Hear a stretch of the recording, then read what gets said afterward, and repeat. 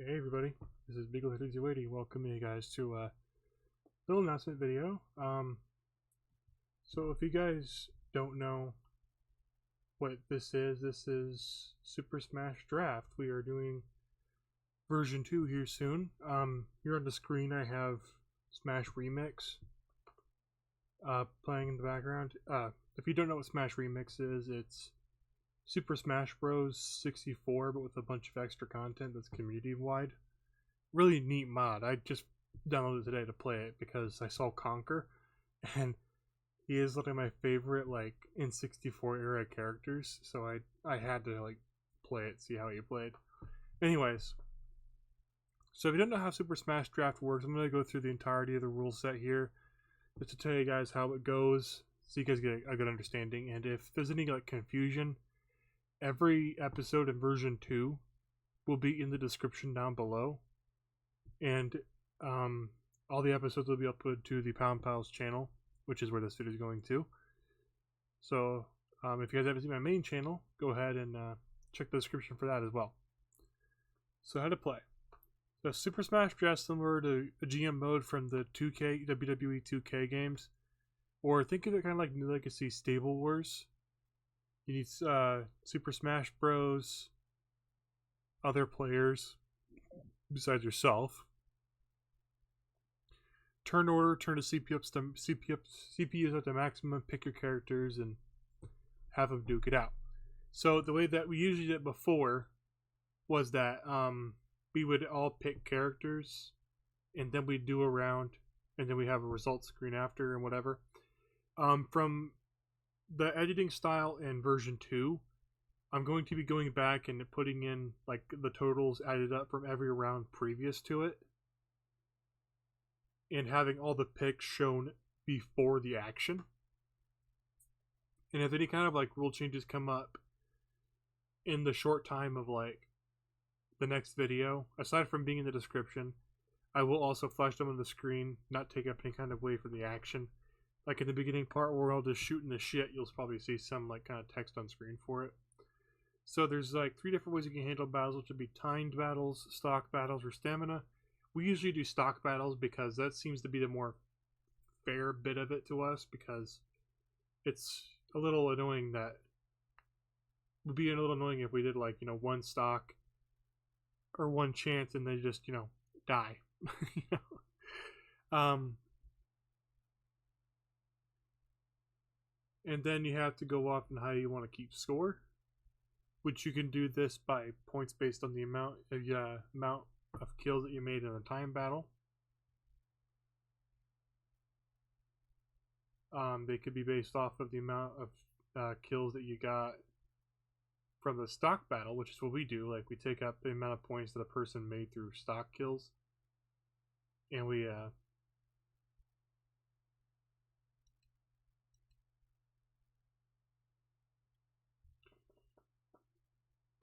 like take the total amount of points that they made when they kills and add them all together. And then you can do it by the amount of time that they won by a round. Like if your character was overall on, like it doesn't matter if player A got 9 kills, as long as player B was the last one who was on the field when the game ended for the win, they win that round. Basically, they get a point for winning that round. It's recommended to use Battlefield, Final Destination, Omega / Battlefield variants of stages, or stage with hazards turned off. But you can also just do like with the chaos of having them on.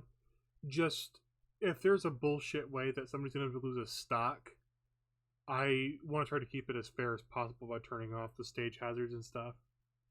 Items are allowed if you agree, but recommending picking only certain items or having none at all keeps things fair. Same reason as why we turn off hazards and only play Omega variants and Battlefield variants. It's also why you'll see in the original version of Smash Draft, every battle except for maybe a couple of them have a variant where they are with the items on. But they're kind of just more for fun as opposed to like the main thing of like Smash Draft. But we do have, like, they do count towards point totals as a way to like replace the whole thing with doing team battles again, because I guess they didn't like the idea of doing the team battles, which I'll be getting to that special ruling here. So if a total score ends in a tie, players tied will do a bonus round sudden death, winner takes all. So you guys can just do like a single stock sudden death match. Winner takes the game. That way, there's no ties in the end, and you had to like do a bunch of confusing stuff because we actually had a tie, but there is another special ruling that I'm going to be bringing up later that was applied in the second episode of Super Smash Draft because of the way that the ruling had went. If the roster cannot split evenly across your total player amount, look to artificially increase the roster, which can be through alternate costumes, such as like the different astronauts from Pikmin. It could be the Koopalings, each counting their own separate character from Bowser Jr. It could be any one of those things. Or similar to like here, we have like fighting polygon variants. And we also have like costumes like this one, where it's a completely different character. But you can look to artificially increase the roster if you want to, or you can just choose to not have, or you could just choose a different thing, like take what's remaining and have like a special kind of battle with them.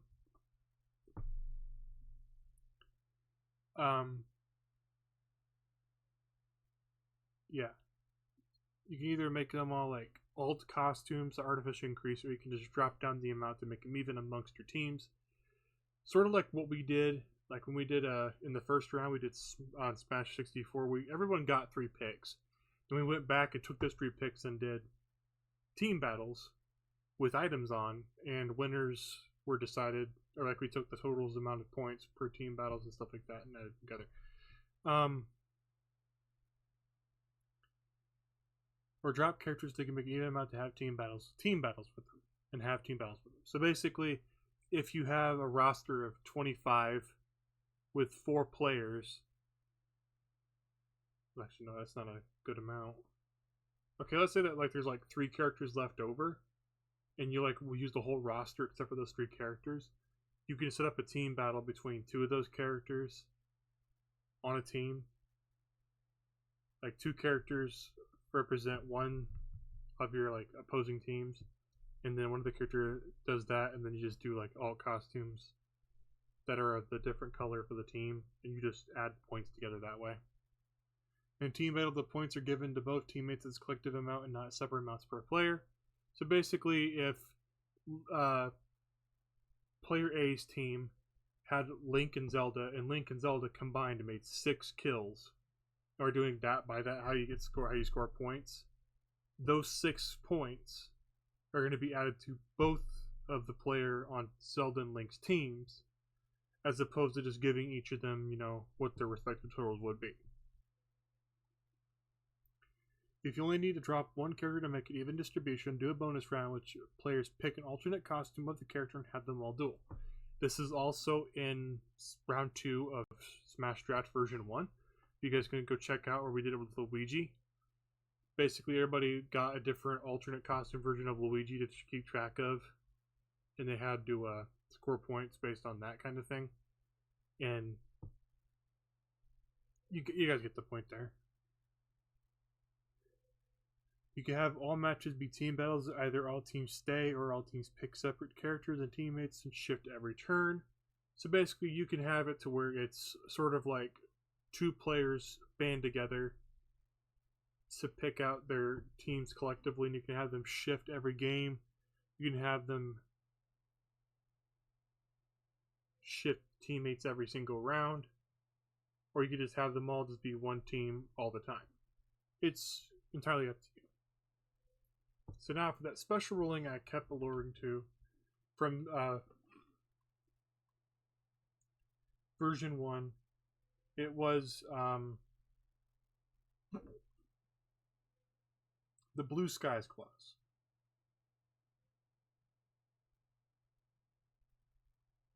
So what exactly is the Blue Skies clause? So when I was doing the totals for the the first round of Super Smash Draft, which that video is awful. Please don't watch it. Watch this first episode for version 2 instead. So whenever I did the totals for everybody, Team Spartans and Team Blue Skies were tied together with the same amount of points. So what we agreed on as a team was players. The Blue Skies had an extra life during the team battle, so we took the extra life and gave it to Blue Skies as an extra point. So that's just the kind of the clause there. If there's an extra life on a player, on a character, whenever they finish a team battle or a battle in general, they have an extra life. That extra life will get added to their total as an extra point, because you can't just make it to where one player has 4 stock versus everyone else is having 3 stock at all times, or however many stocks you want to have for your characters. If they have like all 3 lives, they manage to survive with all 3 lives, they get 2 extra points, and so on and so forth. It's entirely up to you how you want to like mess with that Blue Skies clause, but that's just how we have it set up for ours. Alright, so what is new to version 2? Well, let me tell you, it's actually the power-up cards. Yeah. So this is actually one of the 2 things that are added to the new version, or added to version 2. I won't spoil the second one because I want to save that for when the players find out. So the way that the power-ups work is you can make a wheel online, or there is a really neat bot that you can add to your Discord server that's a randomizer. And you can ask the bot to randomize the power cards per the players, which might be easier if you all use the same server to like talk over video. But whatever random way you can do to make it you can have one of all at start, or you can have one of all at start. There is no limit to the amount of power cards a player can have at any given time. You can roll a certain amount per game when you start, or roll per round. You do 1 per round. Suggested that you limit the amount of power cards that can be used to 1 per player per round. So basically, you can have power cards come as often as you want or as limited as you want. But you can, but I would recommend that you limit how often these cards can be used, because some of these cards can be strong, and some of these cards may impact, they can impact the game very strongly if you're not careful.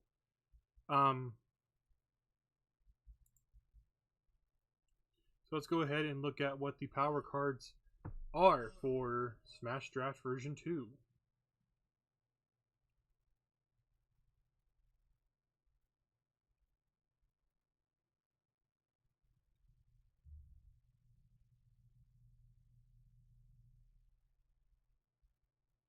So the cards are Veto.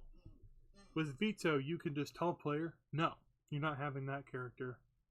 I'm mistaken to pick that character. Basically like that. You just tell them no. They just can't use it on the last possible pick, because what are they going to veto? You can't just, go with one less character on your team. VIP pass. With this, they can gain priority. So let's say that like your way that you have your thing set up, if they're going last through randomization or through however you want to set up your turn order, they can just throw a VIP pass in and say, hey, I'm going first.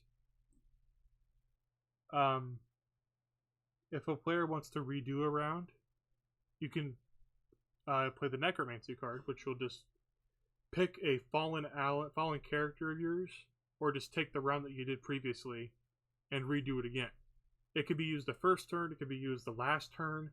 As long as it's played, a new round will start over again. That kind of thing. It's entirely up to you guys what you want to do, how you want to play that. So then there's also Cash Out, which just guarantees you 1 point no matter what. You can either choose it to cash out a point on a round to guarantee you're going to get at least 1 extra point, or even 1 point at all. Because some of these battles that we've seen, there are sometimes where they don't even get a single kill. Some might even get 1, Some even get 6. So Cash Out is also always a very good card to get a hold of. Trade. Force a trade with an opponent, but they choose who they get in trade. So basically, you could just tell your opponent, hey, I want your Supersonic. But since you're taking their Supersonic, they could pick anyone from your team that they want. So they want your Mad Piano. They want your Ness. They want your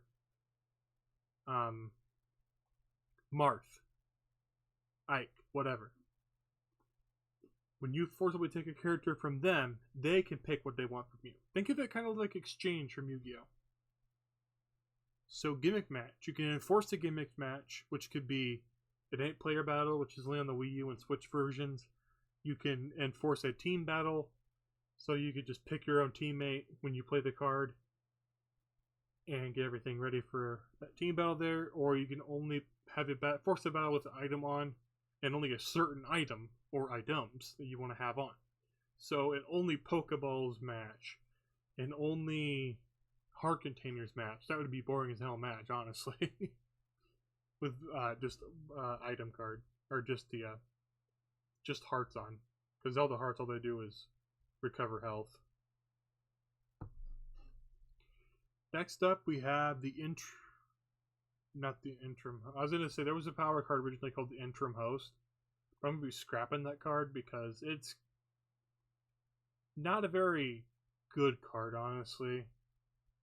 I kind of just made it without thinking. So I was kind of looking for something to fill in the gap that I was having. So that one's getting removed here. Instead, we have our last card, the wild card. So the wild card copies the effect of any power card. It doesn't matter if the power card was already used. It doesn't matter if the power card hadn't been. If you don't have a power card, if you don't have a power card to copy, as long as you know what the power cards are and what they can do, the wild card was guaranteed copying any of them that you want, rule free. Like I said, once per round seems like fair to me, because of the fact of like, you know, you could just deny a person and then force a trade because they still took a pick you wanted to do. Or you can VIP and then veto an opponent. That just seems a little, you know, bull crap to me. Maybe some people might think it might be balanced. It's entirely up to you guys how you want to do it. I'm not going to enforce that every Smash draft has to be exactly like ours. And then the rest of these sheets are just the Smash Brothers characters lists. I don't have Smash Remix in here because the way that we have our thing set up, which I'll go ahead and explain how we handle Smash Draft, so you guys get an idea. We do only the content that is released via Nintendo. So only Smash 64, Wii U, Ultimate, Melee, and Brawl. We were going to do Smash 3DS, but the problem being is that my Citra emulator doesn't want to run Smash 3DS. Every time it tries to load the game while playing as Shulk or Mario, it will not load. It'll just infinitely be stuck on loading. And there is no workaround that I know of for it, because I cannot find one online. So, and then even then, Smash Wii U and Smash 3DS are practically the exact same game anyway, with a couple of feature differences that we're not even going to see in Smash Draft as it is. So I wasn't too hurt that we couldn't have those. So we just take all the games, we just go through the rosters. Sometimes we might limit the roster because it would take all night to just record one video if we did the entire roster.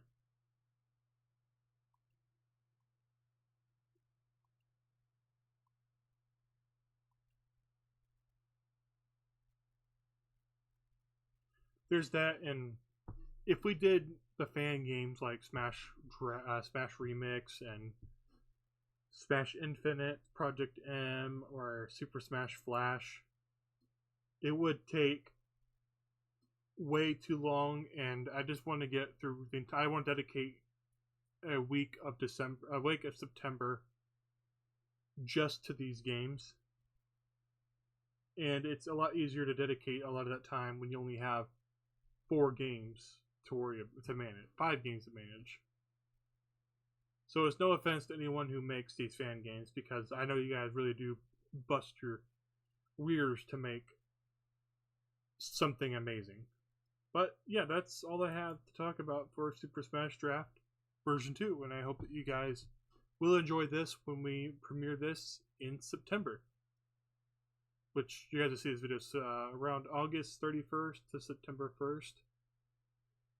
But until then, see you guys then.